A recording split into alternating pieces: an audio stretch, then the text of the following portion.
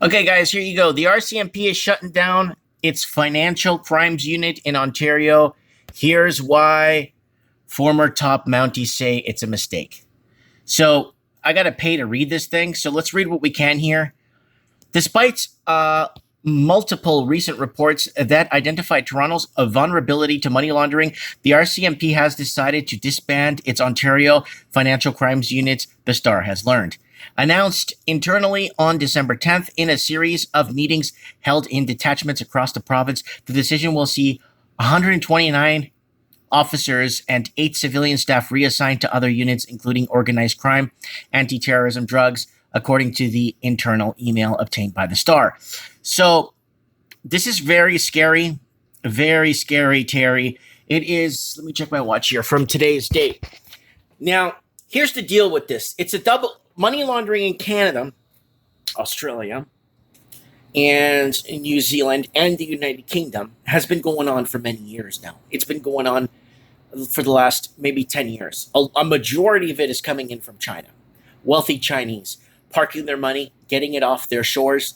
Ever since things got ramped up when the Chinese government or the president of China announced that he is now emperor of China and he won't be stepping down. So you guys see how, like, if I was in that situation and I wanted to take care of my family or whatever the situation was, in that specific genre of thing, in China, I would do the same thing. I would run to the hills if I had a choice to. But unfortunately, a lot of people aren't doing things legally. I would first-handedly do it legally. If I'm moving money out, I would tell them, this is how much I have. If you need to tax me, go ahead. But I wanted to enter the country clean and whatnot, right? But unfortunately,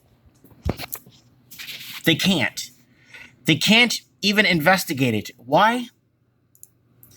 Because Canada would be in a recession without money laundering. And I covered this a quadrillion times on my channel.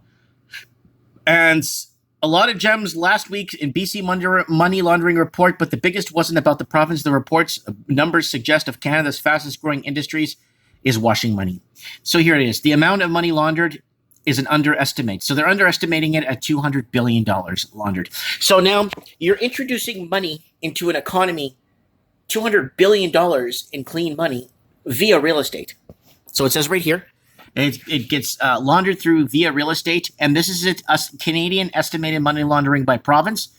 Here it is here in the billions per year. So there it is. So it would break it down like this. So this would be 2015. This would be 2014, 13, 12. This is what they know of per province and the prairies and the Atlantic there. So more money laundering in Alberta, and it actually explains how they layer money through different provinces and what for. And unfortunately, Canada would be in a recession without money laundering, and it makes up 2.1% of the GDP, or adds 2.1 towards the GDP, or 2.2% towards the GDP. So it's almost like a double-edged sword. Canada needs to is competing for wealthy investors.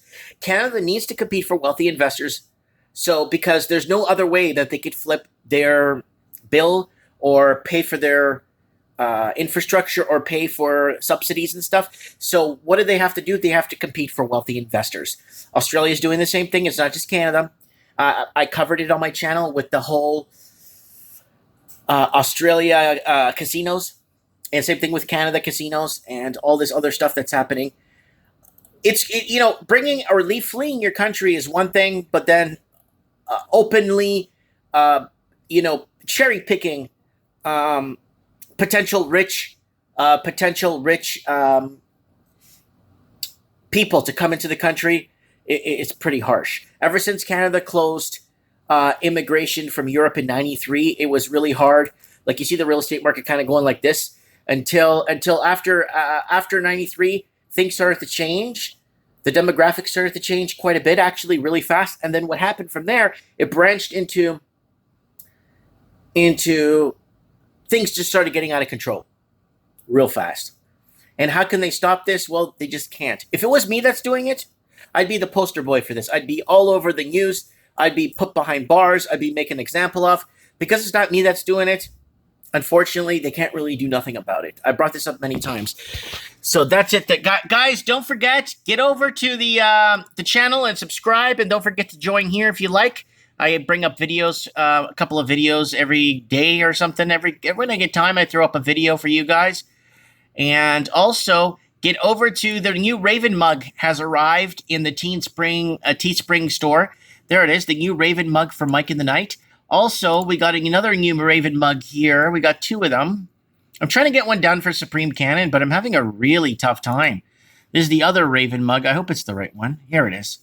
And that's the one with Mount Skull. It says Mike in the Night at the bottom. That's the one with the mounted skulls there. There's the Raven right there. Guys, if you haven't been on Mike in the Night, we have open lines and call-ins.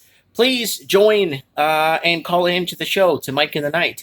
Let me know what you guys think Saturday nights, 9 p.m. Pacific time for Mike in the Night. Let me know, is this the right move they're doing? I mean, they don't really have a choice. I see the policing in this being like journalism, where you have this really good piece. You got this great piece. You're going to expose all this stuff, and it's going to bring down all this, and it's going to bring justice to the people. But then the editor says, we can't post this. Even though it's right, and your fact checking is 100%, and you have footnotes, you have everything ready to go, it's all backed up, we can't publish this.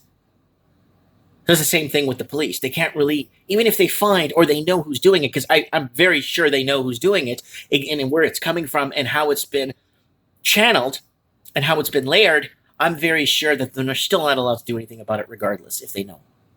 Let me know what you guys think. That's just my opinion. Comment below. Lots of love, guys. Thanks for supporting. Hey, thanks for shopping on the thing. People are buying stuff. Thanks, guys.